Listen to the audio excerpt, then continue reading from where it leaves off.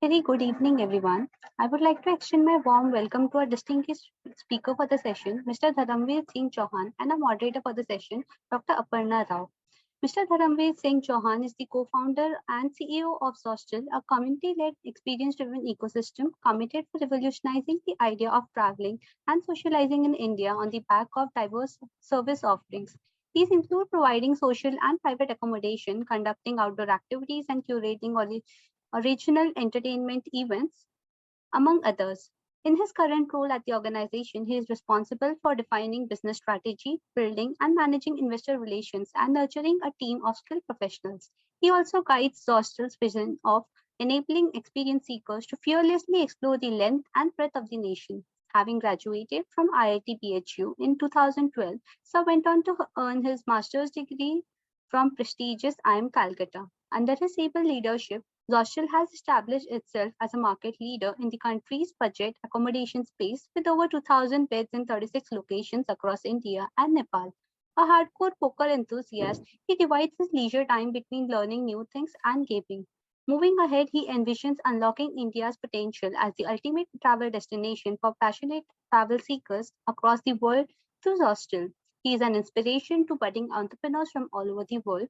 I welcome you, sir, to eConclave 2021 on behalf of IIT Bombay and everyone who has joined us in this session. Thanks for the warm welcome, Muskan, and for the kind introduction as well. So, as the moderator for this discussion, we have with us Dr. Aparna Rao. Dr. Aparna Rao coordinates the entrepreneurship courses offered by Desai City School of Entrepreneurship to the students of IIT Bombay. She is also known for handholding early stage student startups. She holds a doctorate in management and is associated with several engineering business schools like SPCE, SPIT, KG Somaiya, and JBIMS. So, I would like to invite Ms. Aparna to take this discussion further. Thank you.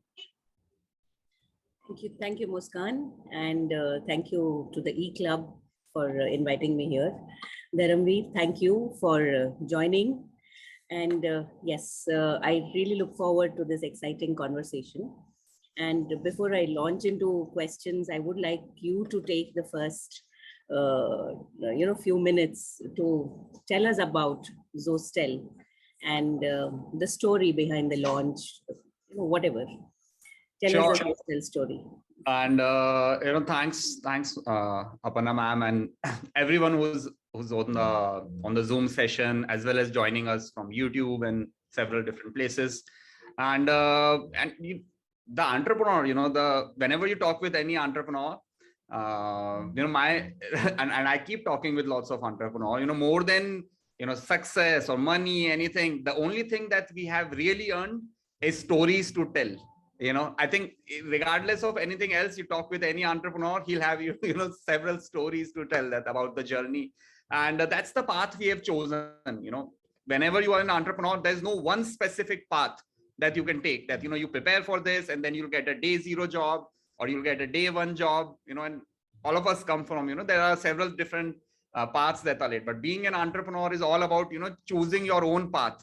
And for me, I really look at entrepreneurship as anybody, who has taken control of their life and who wants to, somehow make it work for themselves. The world has reached that stage that, there are creators who are making money, probably designing, probably coding online, probably, launching their NFTs online, or, some things are happening. And so, it's just not about, building a startup, raising millions of dollars, or, making a unicorn that you are an entrepreneur. You are actually an entrepreneur whenever you decide to, choose your own life path. You're willing to take those risks that come along with it. And rewards and successes are, something that's probabilistic. And, you have to give it time. You are on a probability curve, since we are in IIT, I'm sure, we guys all understand that's the path. So, with that, I'll say that, I can continue with my story for the whole hour, without coming back to, Aparna ma'am for, coming back. So I'll keep it as short as possible, that, how I really started off with Zostel. And the reason I talked about entrepreneurship is, guys, before Zostel, although I'm known for Zostel and everybody knows Zostel, today we are world's largest backpacker hostel chain in India, which is phenomenal, because while we started off, there were zilch backpacking hostels in the country, while it is an industry that is very well established. If you look at Europe, you look at Australia, it's very well established. And so, it's been a kind of a good achievement for me and the team. And it's all been led by, young people. I'm sure there are several people in the audience, who would have visited hostel and then would have told other friends that, hey, there is this weird thing that exists in our country.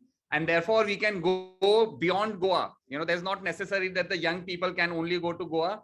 Today we are at 60 destinations with Zostals. Even Zostel itself is at 40 destinations, and we have another product called as Zostel Homes that is at another 20 destinations.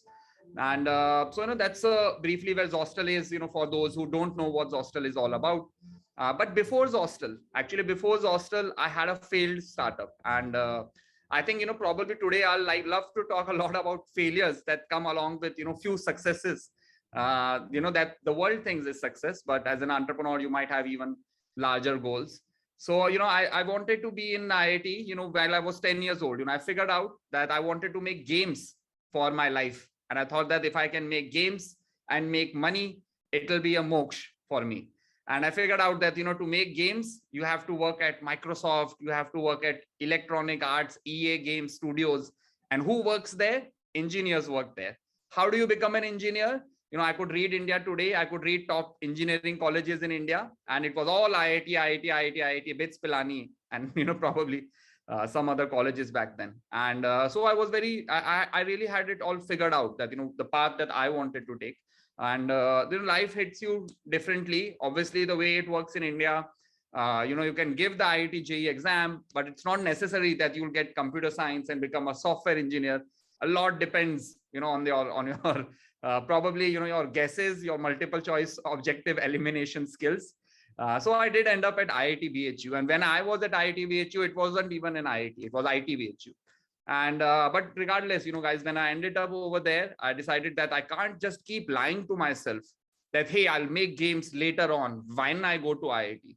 And that's what I would like to, leave you all, but, start off with the young people over here, is that if you really have a desire that, I want to do this, don't leave it. Don't lie to yourself that, after my MBA, I will do this. After my engineering, I will do this. If you really want to do it, go and take the first steps. Today it is very easy, because obviously while we were dreaming, it was difficult. Since 2008, 2010, the world has started to shift with internet and distribution platforms, that even a two people can make a web application, make something really big, even like Facebook, from dorm rooms. So, that was obviously inspiring for, young people to pick it up. And internet is such today that, regardless of whatever you are learning in your college, your studies, it will never be sufficient. So the only skill that I would recommend all of you guys to learn is that how to learn, because once you know how to learn, you get that confidence, you have your laptop, you have your computer, you have your mobile phone, you have your internet, start Googling, start learning things, start experimenting. And that's how I started actually my first startup in 2009 itself. So for 2009 to 2012, I ran a gaming studio. I used to make games on the independently as well on the Facebook platform. So, while, probably a lot of you guys were very young, but Facebook was earlier a gaming platform, honestly speaking. There were games like Farmville and Mafia Wars, and, maybe even Candy Crush was there, before our parents, entered Facebook. It was all about games that we guys used to play. It was all about, for Mark Zuckerberg, it was getting new users, right? And what would we do as friends over there? We would just see each other every day. So the Facebook was a gaming platform back then. And so I ran that for 3 years. My only desire was that while I will graduate from this college, I was about to graduate in 2012. My only dream was that I can just pay myself enough to, just sustain as a very normal job. My goal was making 30,000 a month, through my own startup, no other employee, nobody else. Just if I can pay myself 30,000 a month, it was enough. And I failed, guys, I just want to tell you that, I failed miserably. The only thing that I could make was around $100, dollar was also, maybe it was 5,000, 6,000 rupees a month.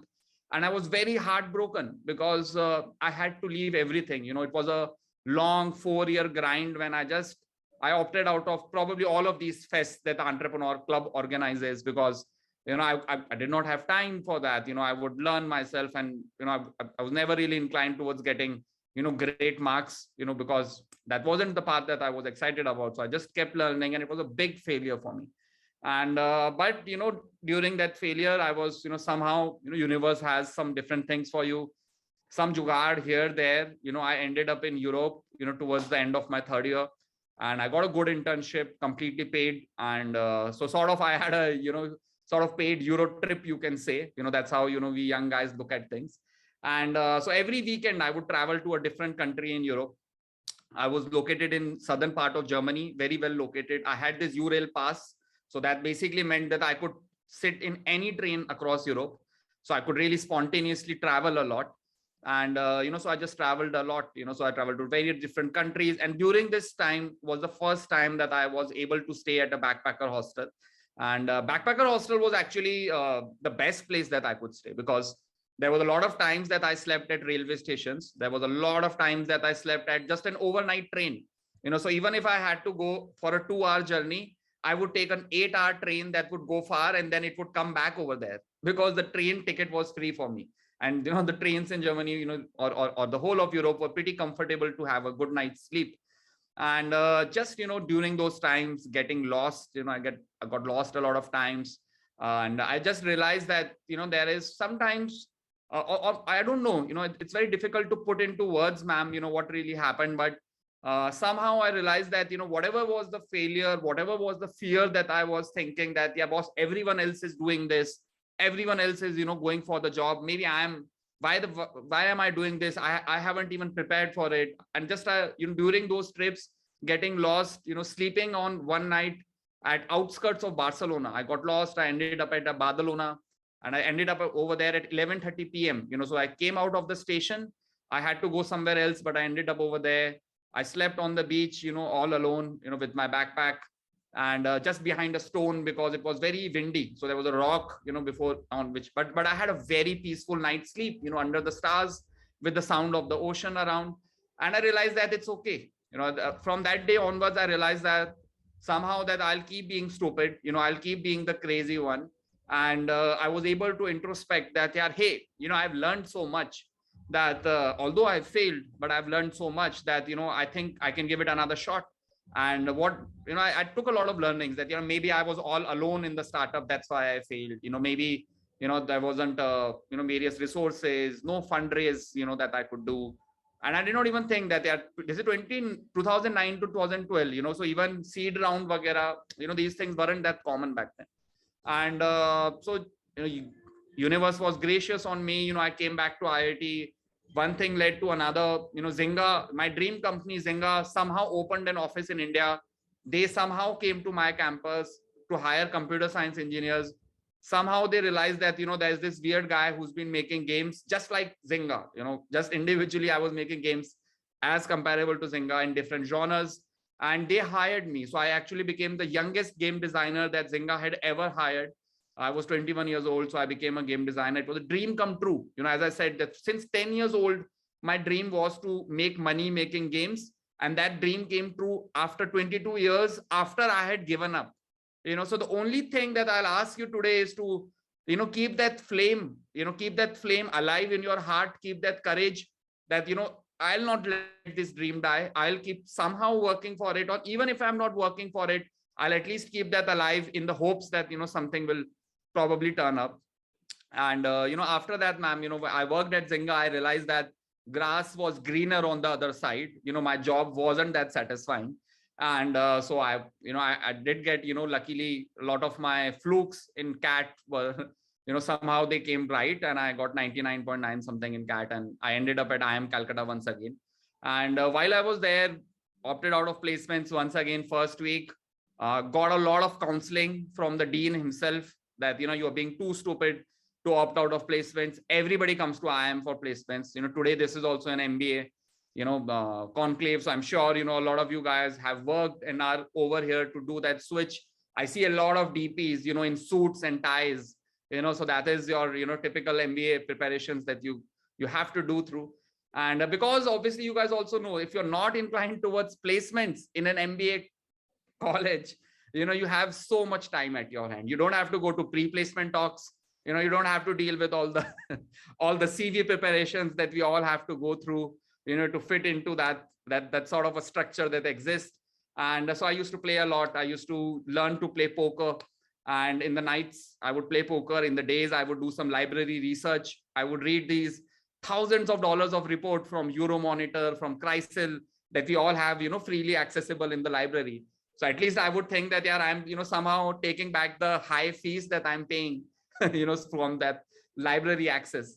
And, one thing led to another. I got lucky, my $30 bankroll turned into $15,000 on 5th November 2012. And I became one of the top playing poker players in the country. Poker wasn't that common, guys. Today poker is a big game. All of you guys, I'm sure, know about poker, but this is 2012. So I was a geek. I'm still a nerd. I'm early at places. That's my nature. So I would just, another request from my side to all of you guys would be, regardless, if you guys do a job, jobs are very good. They are satisfying. Be an entrepreneur. That's good. You can write books. That's good. But just spend some time discovering yourself, because that's the thing that will take you forward. Who are you cannot be discovered by anyone but yourself. Do those experiments in your life, small experiments, try to do things, and then you'll realize that what you think you are and what you really are, what really makes you keep going. Because we all know, now I think all of you guys are old enough to have that experience, that there are times when we work super, super hard. When we really work super hard, you can work 12 hours a day and it does not drain you out. It is something that always recharges you. It is something that is energetic, that drives you forward. So I would request you, if you can discover yourself, if you can align your life goals and your career with something that is very natural, something when the work is kind of like a play for you, things will start to seem a lot easier. They are still always all difficult, but at least, you will be coming from a place in which you can fight those unknown, that ambiguity, those challenges that come on an everyday basis, when you have chosen to do what you want to do. And I took all of that money. I put all of that money in establishing the first hostel in Jodhpur. Even today, I am in Jodhpur. I come from this, tier 2 town. I love this town. It's the best place, according to me, in the world. If you guys do visit Jodhpur, feel free to ping me. I love to show you guys around. And ma'am, I'll come back to you. That's my brief journey of a failure before starting Zostel.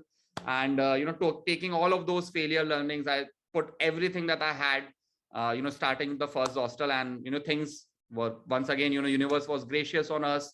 We were able to raise our first round before I graduated from IIM. So although in IIT, I wasn't able to, do that dream of, having 25, 30,000 job for myself. But before I graduated from IIM, not just for myself, but for my 7 co-founders that, had some entrepreneurial spirit, we all were sort of like paper millionaires. We all had a sort of like $1 million equity before we graduated. So it was very easy for me.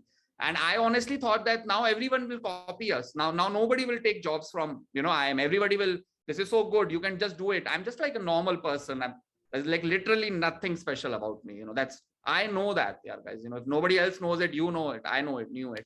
And but that's not how the world works, so I realized that I was once again naive. I was once again stupid to think that this is how world works. So universe keeps teaching you, how it works, with your experiments.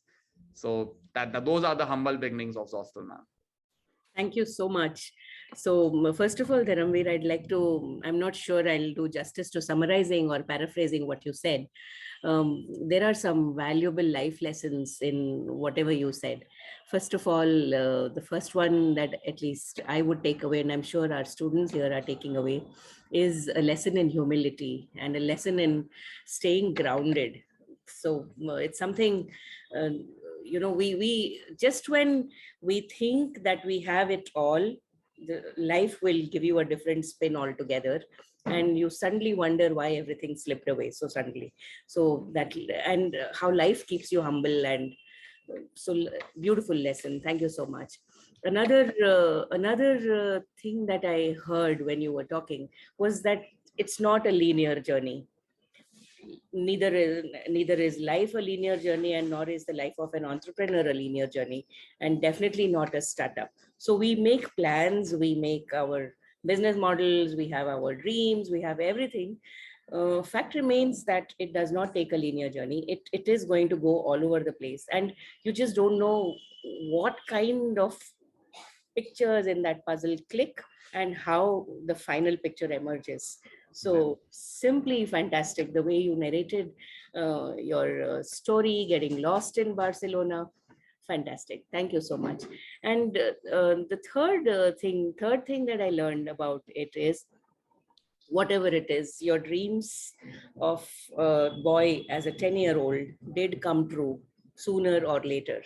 So not letting go of what you think and your convictions, and the need to keep finding yourself, the need to keep going back to your core self, that is a value beyond anything else.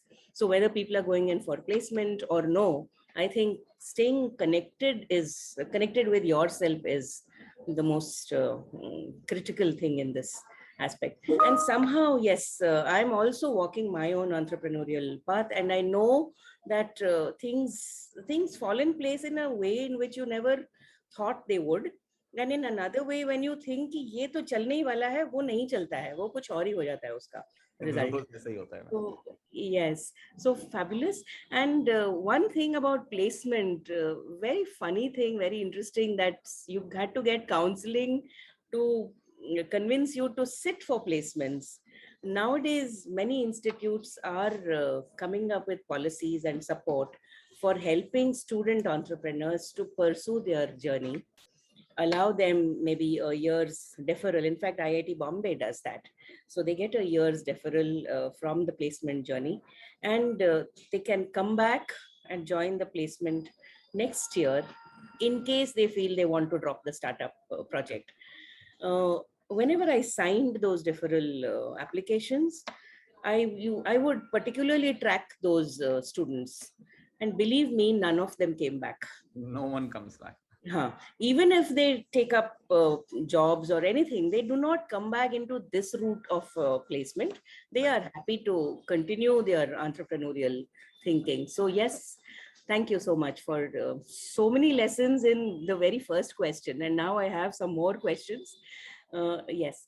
So now tell me something. When we say that the journey is not linear, then how do we measure up, and how do you stay ahead of the curve, so to say? Because what happens is, most of the time in the corporate lingo, there is competition, and as a startup, you have to stay ahead. Also, you have to keep ahead of the curve for so many other reasons, right? So how does Zostel do that, and what advice would you have for people? Sure, ma'am.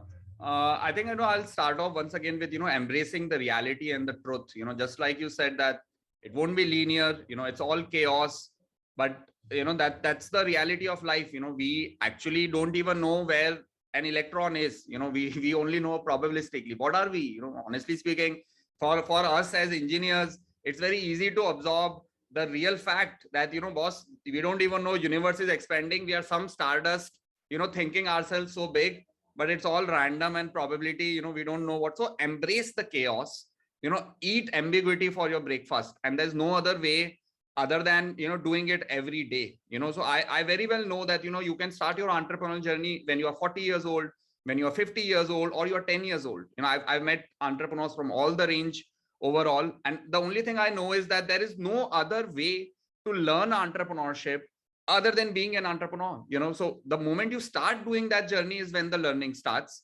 And then gradually you can connect back, all of your earlier learnings. You can understand what new things you must learn and, you must embrace. Now, the way of a startup is all about speed. It's all about speed and momentum. The way to beat your competition is, first of all, if you can really change the landscape. So while there were already hotels, from budget hotel to, the lodges to 5-star hotels, the way we totally changed it with Zostel, and the way we call it in MBA is a blue ocean strategy. It's a term that we very well have, is that don't even fight with them. Just say that, boss, you are different. So being different is way easier and actually better than just saying that we are better than them. Don't be better than anyone else. Be yourself, be unique, be special. So Zostel was the only place, and backpacker hostels remains the only place where you can stay and meet new people, make new friends. Even if I have $1 million spare and I can stay every day in a Taj, I cannot just go and talk with anybody in the Taj lobby. People will call security that, hey, this is a crazy guy. But if you're in a backpacker hostel's common room, and even if you're sitting alone, people will come and talk with you. So that way, what we really had was something unique, something special, which was different. So being different was one of the key elements of, just starting up. So it was a good word of mouth. Even today, we haven't spent a single penny on any Google advertising, any Facebook advertising, or any print media paper, no advertising at all. And we are not just world's largest backpacker hostel. We are also on the social media, Instagram. We are the world's largest followed backpacker hostel with over 350K or 330K followers. And it's been all organic. It's been all word of mouth. People just telling their friends that, boss, we like this. And the real reason was that, I never clicked on ads. When I Google, I know that this is an ad. I don't click on it. So it was so this was a part of my own identity. You are building a startup. You cannot copy that DV said this, or or whatever. You talk with anybody else. There's not. So Steve Jobs can build $1 trillion company. Jeff Bezos can build $1 trillion company. Steve Jobs will say that, we'll make the luxurious offices and we'll have, 40% profit margins. And Bezos will say that, we'll make tables out of doors and we will operate at 0% margin. And both of them will be $1 trillion company because, they both know their own identity and their own vision of what they want to do. They're not trying to copy anyone else, so that's why, as I said earlier as well, is that you discover yourself, who you are, and then the startup comes from there that, hey, this is what I want to do. And then you understand the businesses. There are so many variables, just hiring people, getting the vision out, aligning things. Then as I said earlier, you want to keep speed and momentum, because the way of the corporate is to be stable. The way of the corporate is to be stable, hit their quarterly goals very cleanly, have their methods defined. And the way of the startup is to embrace the chaos and just do random things, move fast, break things is the way of the startup. And we have to embrace, let's say Facebook or Zuckerberg for that matter, that, just like that, he's so bold. He moved to Meta. He said that, boss, our company is going to be from tomorrow onward. Let's say we're calling ourselves Meta. We are going to embrace VR, AR, Web3. We are going to embrace all of those things. And those things are fundamentally very difficult.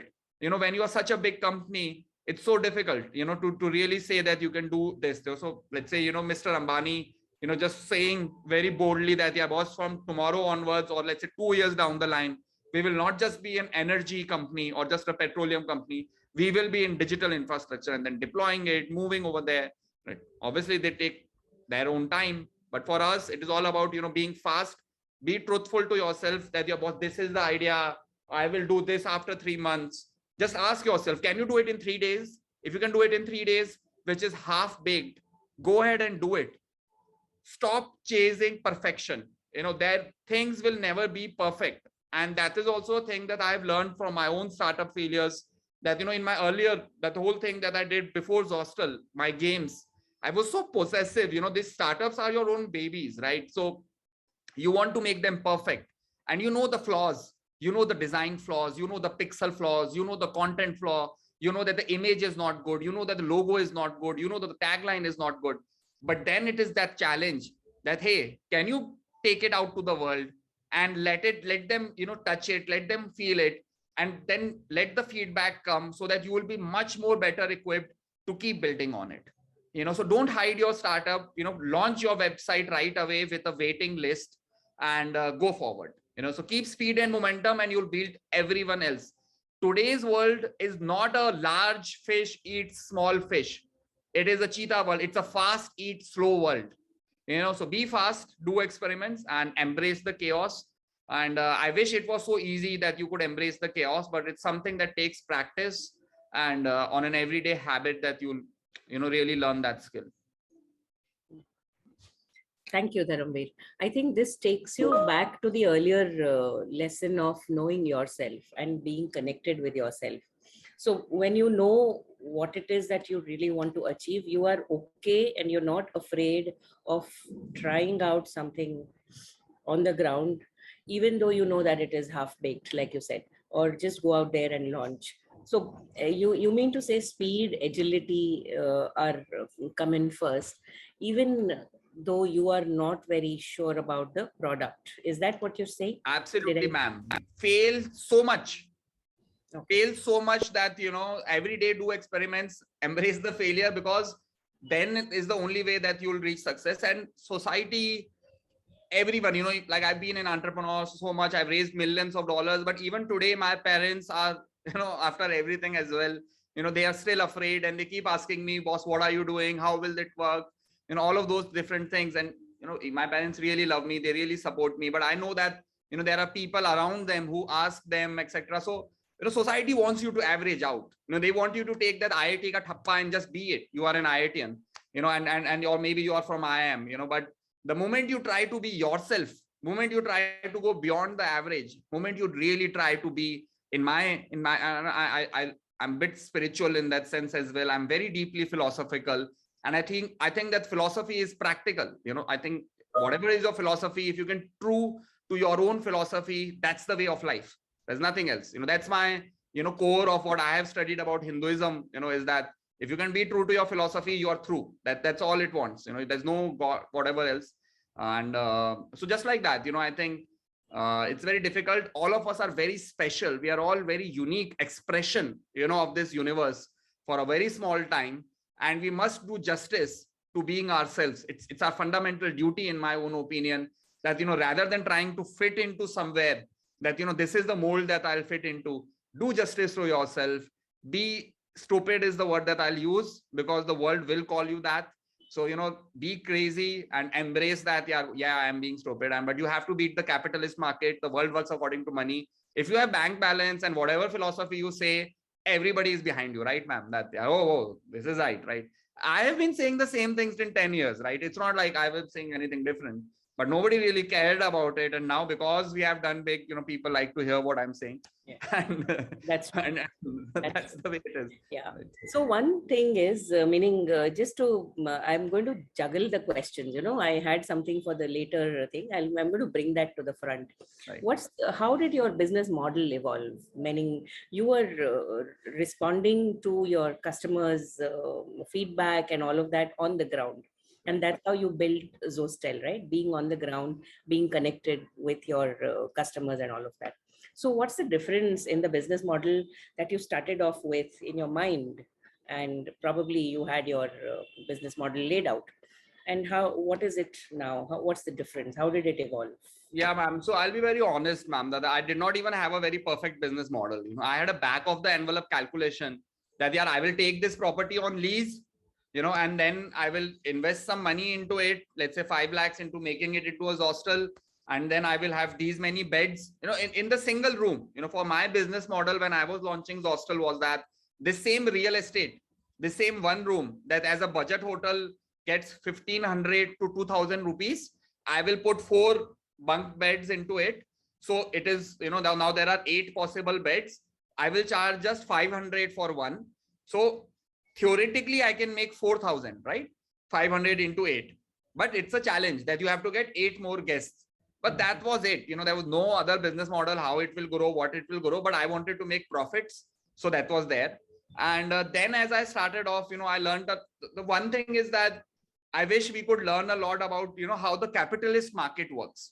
You know, what is venture capital and what does venture capital really desire? That, you know, how, you know, what sort of risk it embraces. So, you know, we keep hearing a lot of things that, you know, go big, go home, or, you know, things like that. You know, either it's $1 billion thing or it's not even a thing.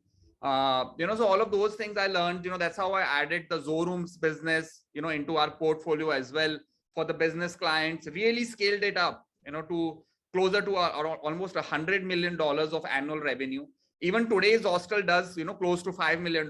So we really built a very big business, you know, and that's what, you know, venture capital really loves.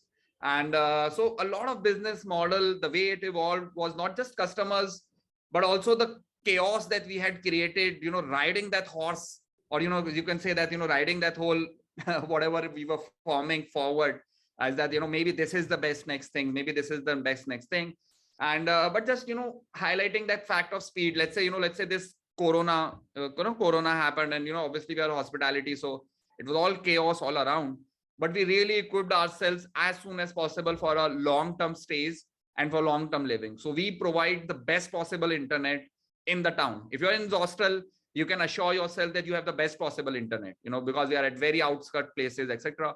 Because we realize that, boss, the way we live is that, or just ourselves, there's a lot of times that many times it's customers, but many times it's also as a product, it's just knowing yourself that, yeah, maybe I like this, so maybe others will like this, and then you can do the experiments on top of it. And so we just equipped ourselves for long-term stays, and while other hotels were still figuring it out, we started clocking once again 100% occupancy, just by let's say 25 people who were just like living over there, staying for months. So if you can just embrace that change, do that experiment, that the world has moved, others will take much more time. Others have institutes where people are learning 3 years what is hospitality management, how to really go about it. And what are we? We are taking, let's say, 3 days or 3 weeks of training session that, hey, let's try this from tomorrow onwards. So I think that really gives you an edge. Right. Correct. You're right on the way. Again, so you mentioned COVID, and you answered one question that had come up related to how you responded to COVID and the travel industry taking a hit. Now, there is a question here from Kunal Kumar. Let me read it as it is. Sure. Is there a plan to compete with markets outside India, probably in Europe? What's the role of profitability as a trade-off in comparison to market share outside India? So that's a double-barreled question for you. Sure. So first of all, I'll just say that we are continuously working. We are already in Nepal. We are opening up in Sri Lanka. That's been our region. We did go very boldly. We did open in Vietnam. We did open in Thailand very soon in 15, 16. But we couldn't really remotely manage it well. We are a small startup. And the way we scale today, guys, I just saw something that was just that, do you have franchisees, right? So ma'am, earlier we started off, ourselves with, opening our own hostels, taking those properties on lease. But as soon as we had it all figured out and the profit margins were 40%, so we did not then deploy any of our own capital expenditure from the company in building those things. We immediately moved towards a franchisee business model, because, we know that there are building a backpacker hostel or running a backpacker hostel is not rocket science. Okay, it's not rocket science. If you give you templates, and if you really want to do it, it's a very passion driven job. So you can do it. So we wanted these people to be in our ecosystem. We don't even call them our franchisees. We call them our own entrepreneurs. So if you'll go to the hostel, you'll see Entrepreneurship Development Program, EDP. And that's how you apply to, open up a hostel. Today, we have over 5,000 applications of over $100 million of spread out from 1,000 different locations in the world. From Singapore, from Dubai, from Europe, from Portugal, from Australia, from United States, from, even Peshawar in Pakistan. We have application of people who want to open a hostel over there. And, because we can't do it, because, that's how we have been limited, that, yeah, boss, how do we build that structure that we can do those things, how we can really take that vision forward, is that, we have now gone forward. We have, I'm running actually another company today that's called as Zo World. So Zo World is our community first, company in which we are building friends around the world. So the first thing that we are doing is we are placing friends in Europe, and we are saying that, yeah, boss, what we have realized at the hostel or anywhere else, our true insight is that, yeah, whenever I am coming to Bombay, I can probably reach out to, let's say, Muskan or maybe Aparna ma'am for help, and they'll help me find a stay, and according to my budget, and hopefully I won't be broke that, I'll end up, just telling that I have to crash at your place. But even if it comes to that, I'm sure people will be accommodating, right? So our insight is that if you have a friend, then even if you're not staying at that place, but that it is there, it gives you that safety. It gives you that comfort, to travel, to take those risks. Our job is to inspire the world to travel. I don't think that, we belong to one place. Otherwise we would have roots, right? So we as humans must embrace the whole world as our home. We must not be limited that, just Jodhpur is my home. I think if I can have friends, the whole world is my home. And going forward with, digital work, this remote work, there are going to be 1 billion digital nomads by 2030. And that's the community that we want to support. That, yeah, boss, you can live 3 months in Bombay, you can live 3 months in San Francisco, you can live 3 months in Amsterdam, and you can just be a part of the Zoho community. You know, and so that those are the things. And I would also connect it back to, you know, ma'am, Aparna ma'am, even we at IIM Calcutta had that deferral placement scheme that, you know, you can defer, etc. But even back then, all of my other co-founders from IIM, you know, they applied for that deferral scheme. But I knew it that, yeah, boss, I am not coming back. I did not even apply for the deferral scheme. That, you know, I knew that, yeah, I don't even want a plan B, you know, I'll just embrace the risk that come along. But just having that backup that, you know, as you said, nobody really comes back. But that comfort that, hey, if it comes to that, I can come back, allows you to take that risk, right? And we are all today. That confidence. Yeah. It gives you that, it removes the fear. You know, you need the confidence yourself, but it removes the fear of failure. And that's what we need from our families, from our institutes, from our friends. And, you know, so obviously, you know, all of us, if you are doing an MBA, if you're today on Zoom call, you know, most probably, you know, you have a family that has been supporting you, you know, such as our country, you know, because we are, you know, whatever you are, just about being humble is that we are here because our parents made a lot of sacrifices. Our grandparents made even more sacrifices, you know, to reach that place that we can, you know, really take those risks now. And, and, you know, just try to build. And my grandfather had a very simple question to me that they are, okay, you know, what are you doing? You know, I've said that, you know, hey, I'm studying at IIT, you know, everyone's taking a job. I was in second year, that, you know, I'll do this, etc. And he just asked me a simple question. Yeah, boss, even if from IIT and IIM, even if you guys will take the jobs, then who will create the jobs in this country? You know, and fabulous. It really hit me hard, you know, because what he really meant was that, yeah, boss, if you can't take risks, then, you know, how will anybody else, you know, take those risks? That, you know, we are from a good college, you know, even if you don't do that deferral placement thing, you will be able to find a job, you know, at the end of the day. So, you know, just try your best and then give a chance to the universe. All I'm saying, you know, things will not happen just automatically. You will make a startup. At least take your first step and then let's see what happens. We'll figure it out. You know, I am always reachable. You know, if you search anywhere DV Coolster on the internet, you'll find me on any social media platform. And you know, happy to help anyone and everyone. Fantastic. In fact, we're running out of time, but I do want to ask you, there are several questions, Dharamveer, I didn't, and you answered a lot of them. One critical thing that you spoke about failure, you know, I think it is so important for us to associate or rather dissociate ourselves from the failure of our actions. So be it you as a human being, or be it a project, or be it your studies or your job or whatever. So if there is a failure in something, it's not a failure of the individual. Society is quite cruel, but I think we need to now look at ourselves more kindly and understand that this failure does not mean failure of everything else. So thank you for saying that. And just for yourself, you know, be kind to yourself, but be, and also to your friends, you know. And I think I would like to leave it that, you know, I wouldn't have been what I am today, you know, without several friends, you know, trusting me, you know, and I failed so much, you know. If you'll just Google me, you know, you'll find that, you know, I'm fighting hundreds of millions of dollars of legal battles, you know, that probably I should have got an exit in some places.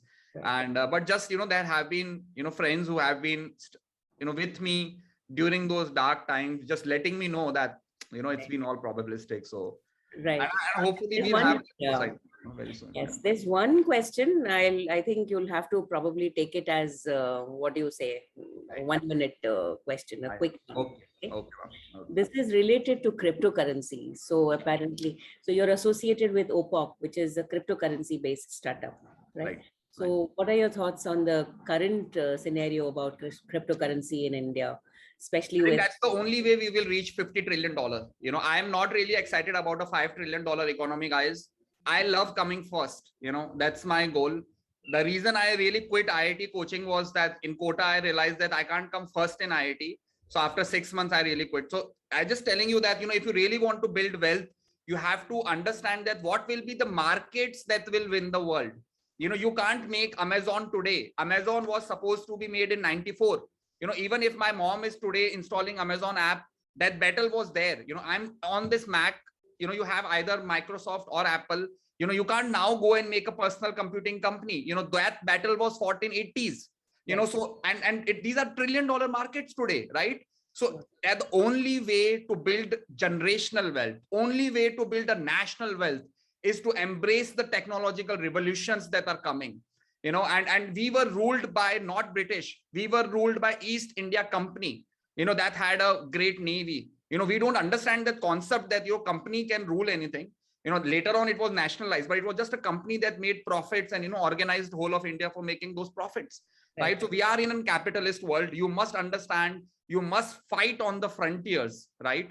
And OPOC is not something that is active today, but ZoWorld is, and I'll give you guys this link, and we are building completely this company in public, ma'am. And the whole idea is, I'll try to, leave it for everyone. The whole idea is that I want to show to everybody that it's very, very easy to build a company, or even if it's not easy, showing up every day, matters. Discord.zo.xyz, you can join our Discord server. It's all public company. We are doing it all with the community. People are working. That whole friends that I talked about, they are all being incentivized with NFTs, with possible tokens in the future. And so I am learning every day about cryptocurrencies. This is Web3. This is evolution of the internet. Once again, embrace the chaos, embrace the change. And technology is not good or bad. It is how you use it, right? And just remember that fact, use it for good and use it for building wealth. What will you do with wealth? I know that you will spend back in your country. So I hope that, possibly some of you guys will become not a billionaire, but a trillionaire, because even $1 billion is not cool anymore, guys. There are companies that are worth trillions. So go for it, in my channel. Yes. So fantastic. Thank you so much. There are maybe, will you take one more question? I can take as many, as you guys will allow me. Yes. You guys will throw me out. Let DV go, and then I will go. Otherwise, I can take as many questions as, people. Okay. So first of all, I do like DV. It's such a nice way to call you. But yes, just one. Okay. Yeah. Should an entrepreneur aspirant be specialist or a generalist from the beginning itself? It's a question from one student. So, I think it's good to have some specific skills, because if you're just pure journalist, you don't know how to code, you don't know how to design, you don't know. So it's very difficult to start and gain trust. It's all about building the team first of all. So you contribute something, right? You don't need anybody else, boss. You do your first step. And then you will eventually have to be a bit journalist, because as a CEO in the startup, anything that nobody is doing is your job. So if there is a Facebook post that has to go out, I will do it myself. I've done so many times. I've written emails, I've written content, I will do SEO, I will do meta tags, I will do code review, I will do design. And these are simple skills. I will, install Canva, design some posters. So you will become a journalist, but it's good to have, some skills that you can be truly good at. And, obviously communication is something that is once again practicing, but because you have to talk with everybody, it's a skill that, if you can develop is pretty good. And just other than that, always remember that the 80-20 world exists, so just with 20% effort, you can become an 80% coder. With just 20% effort, you can become an 80% Photoshop Illustrator person. Just Google, spend even 12 hours, even 24 hours, even 30 hours. You will be much better equipped to get the work done from the specialist. You will be able to communicate. If you are a CEO who can't talk with a techie, or let's say your engineer, your CTO, you will not be able to gain respect. The world is moving towards that side, that respect must be earned with your thoughts, with your communication, rather than, just coming out and saying, hey, I am the boss. So you can be the boss, but if you want to be boss of truly good people who are better than you, you have to give them, what they desire. It's a clarity, it's a clear vision, and smart people don't work with, if you're not humble, if you're not smart enough. I just like to create that culture in which I would love to work. And I rate myself very highly, that I know that, if I can get even 10 people who I was like in second year or first year of MBA, we can really change the world. I don't even need a lot of people, that's absolutely. Absolutely. Thank you so much. This was such a power-packed, you really packed the punch. So thank you so much for such simple, they're not simple, nothing is simple, but the last one, like one of my friends also says this, as an entrepreneur or as a CEO, you have to stick the envelope, you have to stick the stamp, you have to write the address, you have to walk to the post office, put it into the box, come back, and then call them and say there is a letter coming to you, things like that. Yes. Yeah. So the ability to do everything. And I did fake so much, ma'am. You know, my first startup when I was in second year, obviously nobody will work for a second year student, right? So I had a fake profile called as Kunal. You know, Kunal was somebody who was a graduate from IIT Bombay. I am Ahmedabad working in London. So I would write mails from Kunal, you know, highlighting my intern that I hired from third year, fourth year. And I would mark DV over there that he's the leading tech. And then I would reply to the same email, you know, so you have to do everything and you have to go crazy with your hustle. And Absolutely. good luck to everyone. Fantastic. I'm very reachable. I love to contribute my weekends to as much paying it forward to, you know, upcoming entrepreneurs. I'm really involved with a lot of, you know, angel investments, advisors all around, and would love it, you know, if you guys can, you know, hit me a follow on, you know, Twitter. I'm DV Coolster. I'm DV Coolster everywhere, on Twitter, on YouTube, on Instagram, on LinkedIn, and Reddit, anywhere, everywhere. On Ethereum blockchain also, I'm dvcoolster.eth. You know, so anyway, ma'am. Thank you so much for really cool. Thank you so much. Thank you so much. Okay. Yes, and you are going to have a follower in me, definitely, and I'm sure you won so many more followers today. Thank you so much, and thank you to the E Club for organizing this simply fantastic session. Congratulations to the E Club. Thank you. All right, everyone. Have a good day. I'll take leave now. All right. Thank you. Thank you, sir. Yeah. So thank you, sir, for taking out your time and sharing your experiences. I hope that everyone could draw some learnings and inspirations from this session. And thank you, ma'am, for making the session more wonderful by the set of questions that you had today. So thank you so much. Yeah, ma'am. Without you, ma'am, I wouldn't have been able to express myself. So really appreciate, you know, you doing the part, ma'am. Thank you so much. Thank you. Thank you so much. All right. I'm glad you, yes. Thank you.